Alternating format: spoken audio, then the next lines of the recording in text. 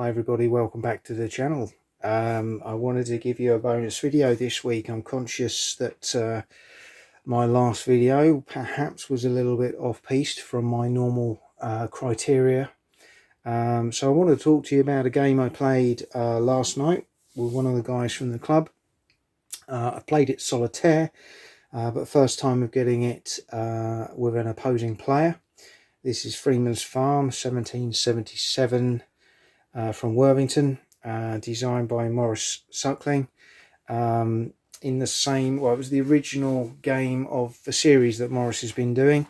I've also got his Chancellorsville game, which is excellent. Again, only had a chance to play that solitaire so far during COVID, but hoping to get that one on the table as soon as well. So I just wanted to kind of show you perhaps one, a little bit of the components of the game, and two, just my general thoughts, having played it a couple of times now, how I think the game works, pros and cons, and whether I think it would be worth you going out there and getting a copy.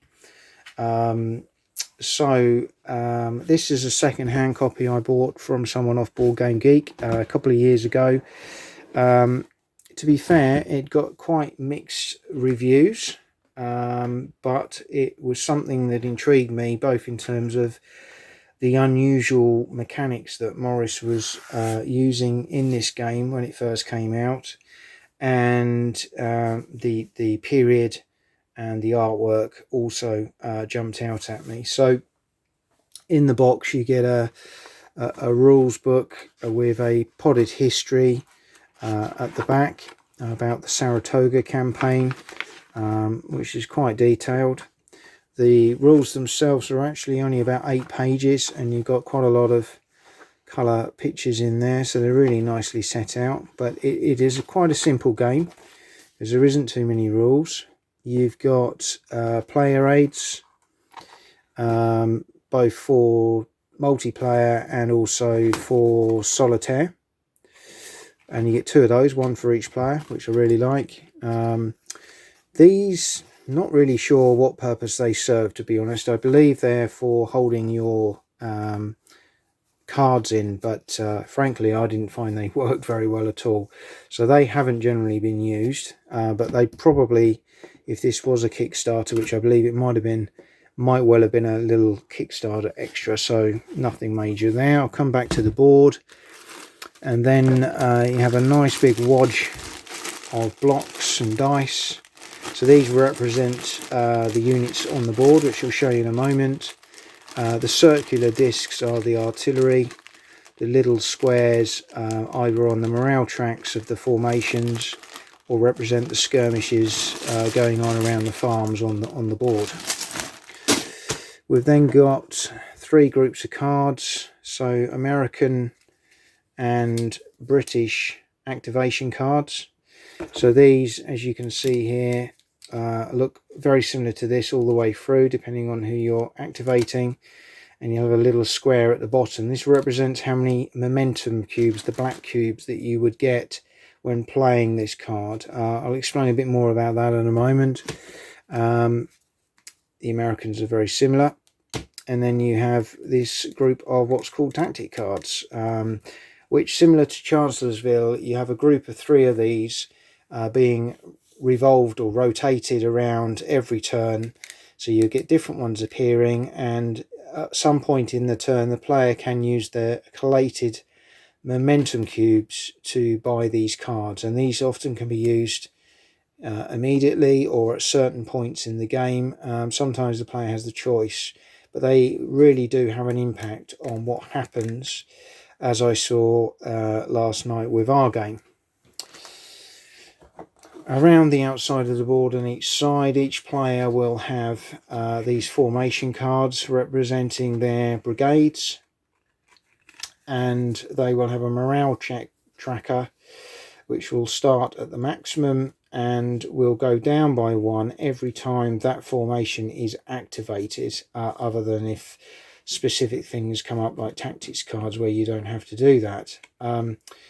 Each formation may have certain benefits or advantages in certain locations, and these are the command actions that can be taken on the board by that particular formation. It also shows you how many activation cards are in the deck for that formation. So in the terms of this one, Nixon, you know he's only going to come up twice in the battle, so you need to decide when's the right time to use him. And when you do use him in a combat situation, he will roll 4 dice. That will be his starting point. You'll see along the morale track that we have this test and broken.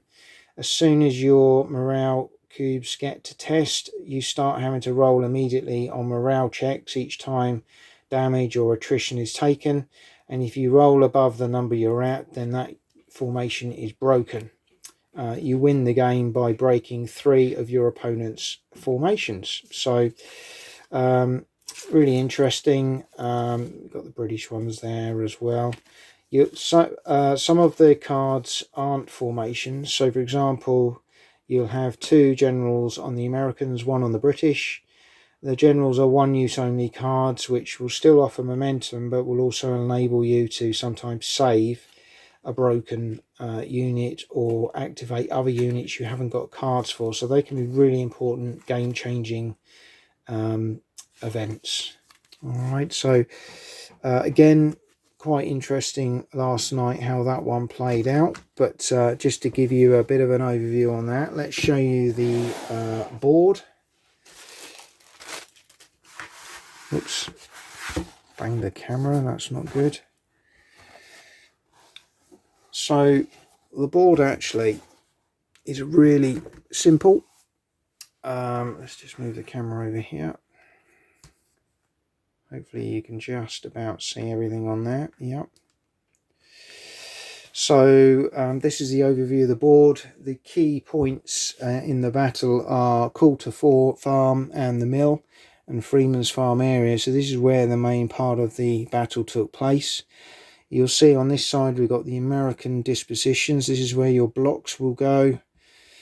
And you've got the Hessian British artillery and then British formations over here. And you'll see there are certain areas that these formations can move to on the board in certain conditions, which will be stipulated on their formation cards. But there's no other movement in this game, so it strips out all the intricacy and detail around moving, because this is all done you know, by these formations to the areas that they're allowed to move if they want to move.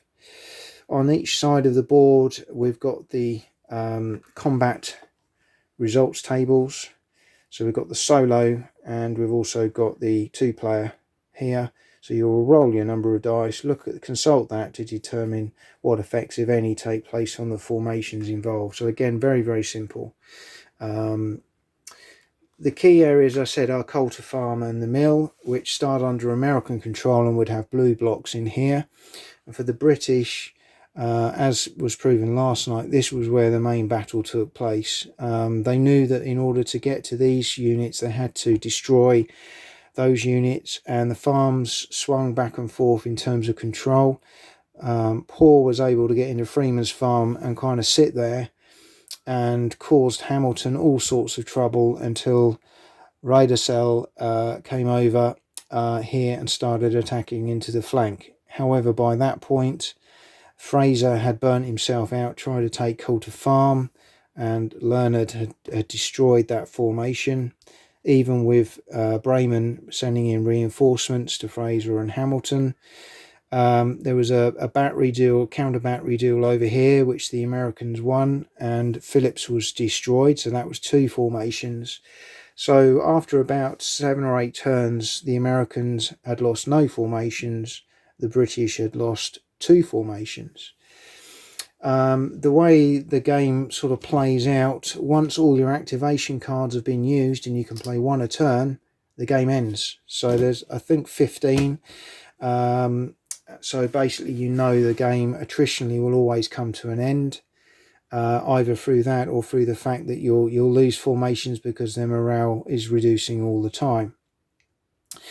As we went forward, the tactic cards came into play a lot. So the British general tried to save Fraser by playing the general to do a re-roll a morale check. Unfortunately, That failed, and Fraser still went. And likewise, the Americans played one of their generals to add impetus to an attack, which went okay, but not brilliantly. So we had a situation where Poor was destroyed by the British later in the game, giving it 2-1 in formations. And then it really was down to the Americans destroying Hamilton to win the game. Hamilton held on for quite a long time, had a tactics card after failing morale, which enabled him to stay on the board. But I had a tactics card which forced another morale check on an enemy formation, and unfortunately he couldn't save them that time. So it was an American win. But this was literally with one card, activation card, left in the deck. So we took out 3 British formations for the loss of 1 American. General thoughts, really enjoyed the game. I like the fact that the game has an end to it. It kind of plays out naturally to an end. You're always conscious of time with the actions. You're also very aware when you look at the formation cards how many potential times this card is going to come up for a particular formation. So you have 3 and you will pick one each turn, and you kind of, sometimes you're waiting for the right one to come along. So there is a bit of friction built into that, as there is in lots of elements of the game with the morale and the reducing attrition on the morale. Definitely makes for really interesting battles around this area.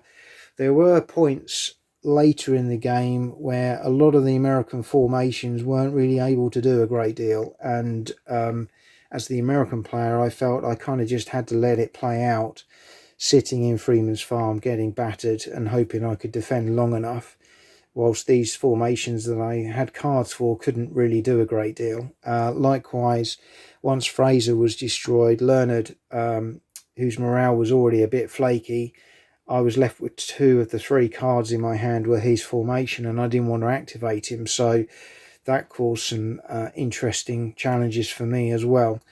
But overall, I think it was a really novel approach to board gaming, a quite big battle, but putting it in a very simple, straightforward way. The map is lovely, really straightforward, and I say, I know Morris has gone on to do other games, including Chancellorsville, which I've got, which I would say is more detailed, but again follows lots of similar mechanics, and overall probably is an even better game than this one. And again, it's one I'd like to do a little overview of once I've been able to play that with one of the guys at the club.